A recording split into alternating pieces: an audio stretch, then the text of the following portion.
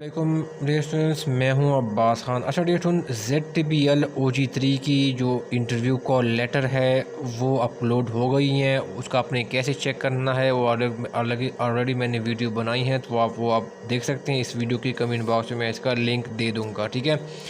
तो इस वीडियो में हम ये डिस्कस करेंगे कि मेरिट क्या रहा है, ठीक है ना। जिनका रिकॉर्ड नॉट फाउंड आ रहा है वो इसका क्या मतलब है।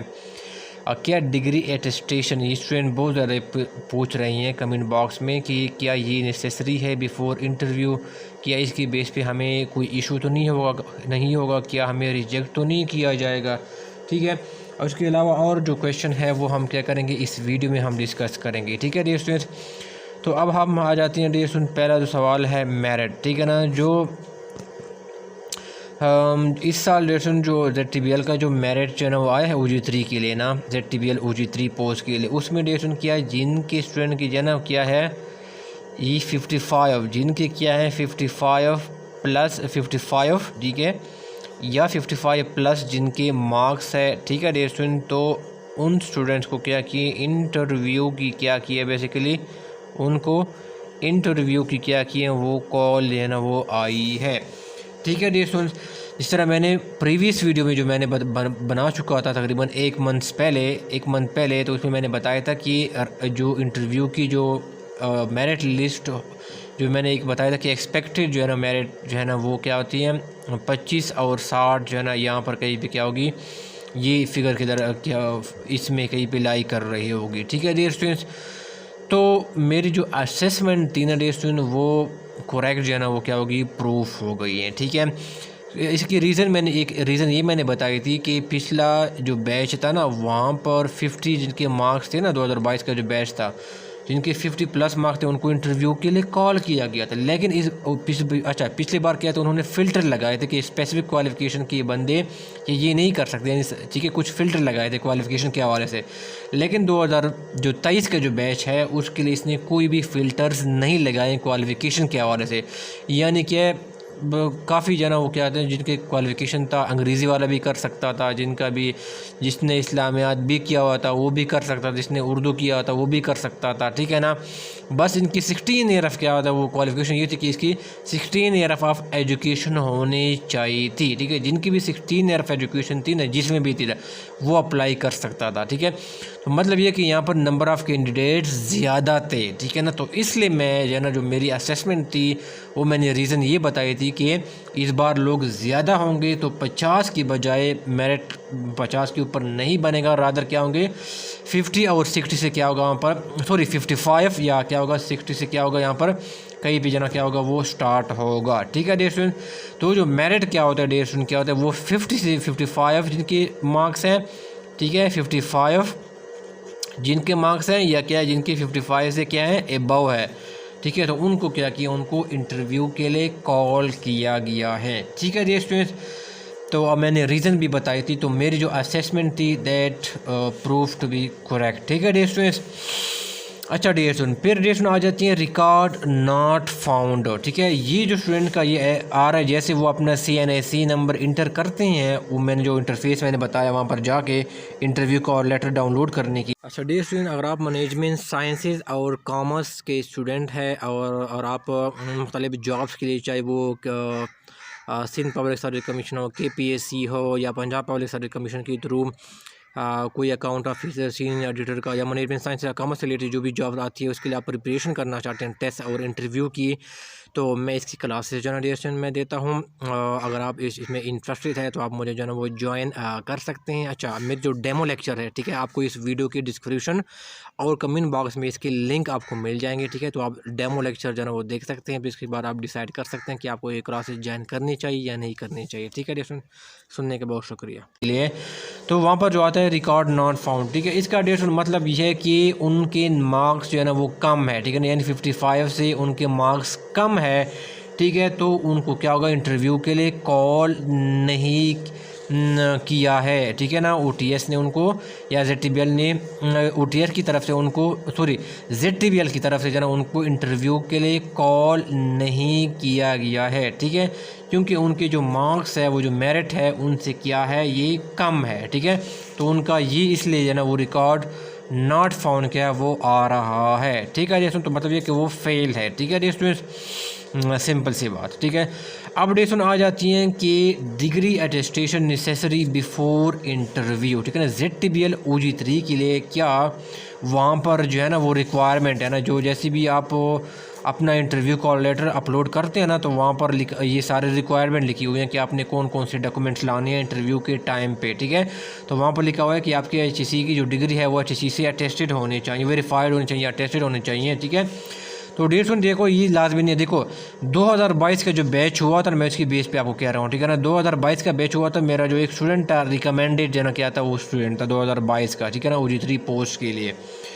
तो उससे जो मेरी बात हुई थी, तो वो मुझे क्या वो बता रहा था कि मेरी क्या थी इंटरव्यू के टाइम पे मेरी कुछ भी क्या थी, मैंने ना तो डिग्री अटेस्टेशन करवाई थी, कुछ भी नहीं करवाया था। मेरे पास सिर्फ जो है ना क्या था वो डिग्री थी। ठीक है ना, तो मैंने क्या किया था, वो मैंने क्या कहते वो सबमिट जो है ना वो मैंने करवाई थी। ठीक है सुन, तो इसे उसको कोई भी इशू नहीं होता इंटरव्यू में जो है ना वो बैठने से। ठीक है ना, यानी उनकी जो बाद में जो उनकी सिलेक्शन हुई थी ना, तो उनको सिलेक्शन के टाइम पे जो है ना जब उनको ऑफ़र लेटर जो है ना वो इंटरव्यू उनको जॉब के लिए ऑफ़र हुई थी, तो फिर उस टाइम उनको कहा था कि आप क्या करें, इस बार क्या करें, अभी अपनी डिग्री की अटेस्टेशन करवा दें। ठीक है ना, इसके बाद फिर उसने क्या किया था, जो ऑफ़र लेटर एक्सेप्टेंस करने से पहले उसने क्या किया था, अपनी डिग्री क्या कहती है वो attested degree, verified degree HEC से वो सबमिट करवाई थी ZTBL को। ठीक है डियर स्टूडेंट, तो मैं नहीं समझता हूँ कि आपको जो है ना वो कोई इशू इसके साथ फेस होगा। ठीक है ना, आपको इंटरव्यू में अलाउ कर दिया जाएगा। ठीक है, बेशक आपके पास जो है ना वो डिग्री या DMC जो है ना वो वेरीफाइड ना हो। ठीक है डियर स्टूडेंट, ठीक है डियर, तो अगर आपका मेरा आपको ये सजेशन है कि जब आपका इंटरव्यू हो जाए, ठीक है, इंटरव्यू के बाद, ठीक है, इंटरव्यू के बाद अगर आपके पास डिग्री है, अगर आपने डिग्री ली हुई है, तो फिर वो क्या क्या करें, आप HEC से अटेस्ट करवा लें। ठीक है ना, अटेस्ट करवा दें। अगर आपके पास डिग्री अभी नहीं है लेकिन आपके पास ट्रांसक्रिप्ट या DMC है, ठीक है, आपके पास DMC या ट्रांसक्रिप्ट है, तो फिर आप क्या करें, वो क्या करें, उनको HEC से उनकी अटेस्टेशन क्या करें वो करवा लें। ठीक है, इसमें से कोई भी अगर हो आपके पास, ठीक है, तो उनमें से किसी भी एक की जना क्या करें, इंटरव्यू के बाद किसी भी एक की HEC से क्या करें उनकी अटेस्टेशन करवा दे। ठीक है, तो कहने का मतलब ये है कि अगर आपके पास इंटरव्यू के टाइम पे अटेस्टेड डिग्री नहीं है या DMC नहीं है, तो आपको कोई इशू नहीं होगा। ठीक है, आपको इंटरव्यू में क्या होगा, उनको अलाउ कर दिया जाएगा। ठीक है डियर स्टूडेंट्स, ये बात जो है ना वो जहन में रखनी है। ठीक है, और बाकी जो डॉक्यूमेंट आपको वहाँ पर लिखी हैं कि आपके पास क्या है, CNSC होनी चाहिए। ठीक है ना, ये भी आप साथ ले जाएं। फिर आपके पास ओरिजिनल डोमिसाइल है, ठीक है ना, ये भी आपने साथ ले जानी है।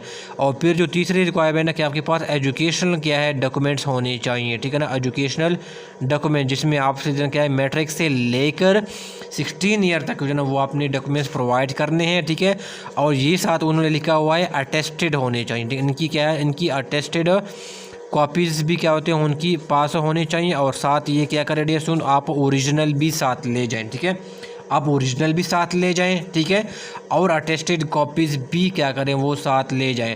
लेकिन डियर स्टूडेंट मैंने साथ ये कहा है कि अटेस्टेड कॉपी में यहाँ पर यही नहीं लिखा हुआ है।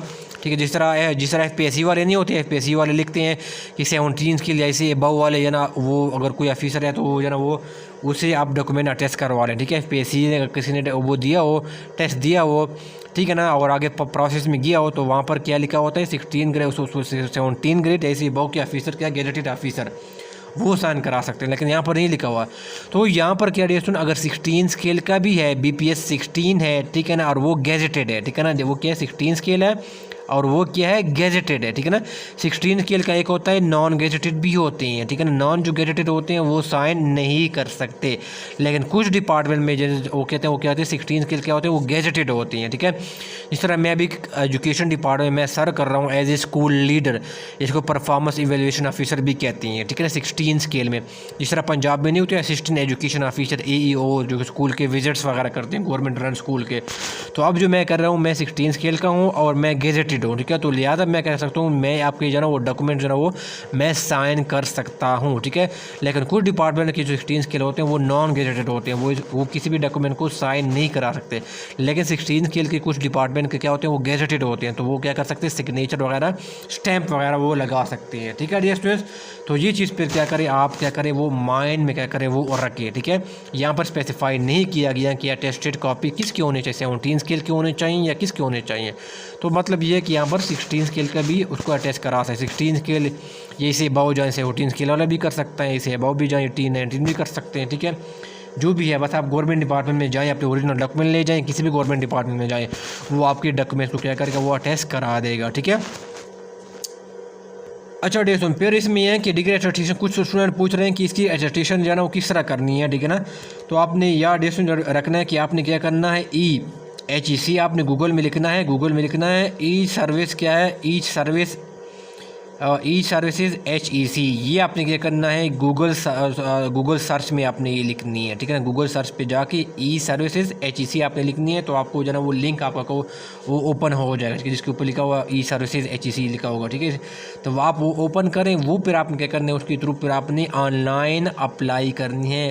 अगर आप डिग्री की कराते हैं उसका भी है, अगर आप DMC की कराते हैं उसका भी जो है ना वो है, ठीक है। लेकिन इसके लिए मैं आपको रिकमेंड करता हूँ कि आप क्या करें यूट्यूब के ऊपर क्या करें ये क्या करें वीडियो क्या करें देखें, ठीक है, कि हाउ टू अटेस्ट जो है ना वो डिग्री फ्राम HEC, ठीक है ना, या हाउ टू अटेस्ट जो है ना DMC या ट्रांसक्रिप्ट फ्राम HEC। तो आपको बहुत सारे वीडियो आ जाएंगे, तो आप जो है ना वो देख लेना और फिर ख़ुद जो है ना वो अप्लाई कर लेना, ठीक है। अगर आपको ख़ुद भी अप्लाई करने में इशू आ रहा है तो फिर आप सुनो आपके जहाँ पर सिटी रहते हैं वहाँ पर जो है ना कोई क्या करें नेट कैफ़े में जाएं, क्या करें वहाँ पर कोई जाएं, ठीक है ना, जो कंप्यूटर का काम करते हैं, ये सारा अप्लाई का काम करते हैं लोग। तो फिर आप उनसे पूछें कि क्या आप जो है ना HEC वो इसकी वेरिफिकेशन मेरी करा सकते हैं डिग्री की या DMC की। तो वो अगर वो करा सकते हैं रिएक्शन तो आपसे जो ना कुछ अमाउंट क्या करेंगे वो चार्ज करेंगे, और वो क्या करेगा सारा क्या करेगा वो अप्लाई आपके बिहाफ पे वो कर लेगा, ठीक है रिएक्शन। लेकिन इसके हिसाब से पहले क्या है इनकी पूरी प्रोसेस की जानकारी के लिए क्या करें मैं आपको रिकमेंड करता हूँ कि पहले आप यूट्यूब के ऊपर सारे वीडियोज़ क्या करें उसकी इससे रिलेटेड क्या करें देख रहे कि आपने HEC से डिग्री है DMC कैसी वेरीफाई करवानी है, ठीक है।